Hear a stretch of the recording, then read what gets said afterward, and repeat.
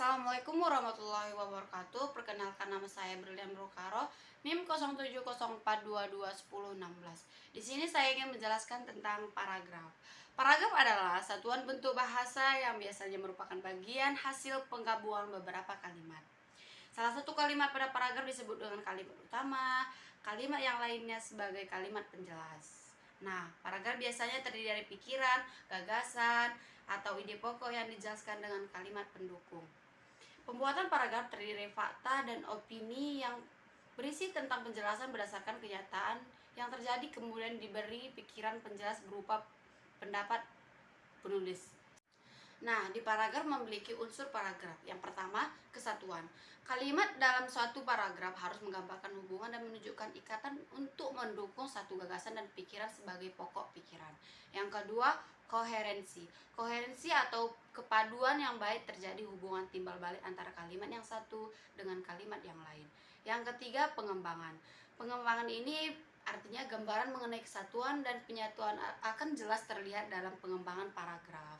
Kita lanjut ke kerangka paragraf.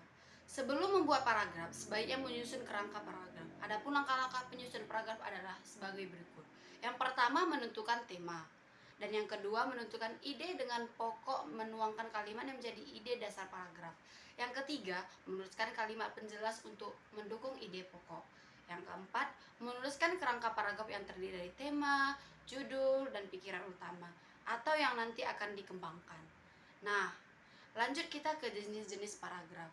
Jenis-jenis paragraf ini terbagi berdasarkan isi, berdasarkan letak kalimat utamanya, berdasarkan fungsinya. Nah, berdasarkan isinya terbagi menjadi narasi, yang pengertiannya adalah paragraf yang menceritakan atau mengisahkan suatu kejadian atau peristiwa. Bentuk ini mementingkan urutan kejadian dan tokoh. Dan yang kedua, deskripsi. Deskripsi adalah paragraf yang menggambarkan satu objek sehingga pembaca seakan bisa melihat, mendengar, atau merasakan objek yang digambarkan itu. Yang ketiga, eksposisi. Eksposisi adalah paragraf yang menginformasikan suatu teori, teknik, kiat, dan petunjuk sehingga orang yang membacanya akan bertambah wawasannya. Dan yang keempat, argumentasi. Argumentasi adalah paragraf yang mengemukakan suatu pendapat beserta alasannya. Nah, yang kedua, jenis paragraf berdasarkan letak kalimat utamanya. Yang pertama adalah paragraf deduktif. Paragraf deduktif adalah paragraf yang dimulai dengan mengemukakan persoalan pokok atau kalimat topik, kemudian diikuti dengan kalimat-kalimat penjelas. Nah, yang kedua, paragraf induktif. Paragraf induktif adalah paragraf yang dimulai dengan mengemukakan penjelasan-penjelasan, kemudian diakhiri dengan kalimat topik. Paragraf ini terbagi menjadi dua, ada itu generalisasi, analogi, kualitasi. Nah, yang ketiga, paragraf campuran.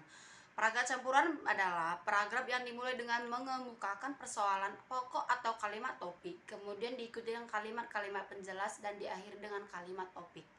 Nah, yang ketiga, jenis paragraf berdasarkan fungsinya. Ada paragraf pembuka. Paragraf pembuka adalah paragraf yang berisi ancang-ancang atau arahan tentang apa yang akan diuraikan atau dibahas pada bagian isi wacana. Nah, yang kedua, paragraf pengembang adalah paragraf yang berfungsi untuk mengembangkan isi wacana atau pengembangan ide-ide dan subtopik pembicaraan. Nah, yang ketiga, paragraf penutup.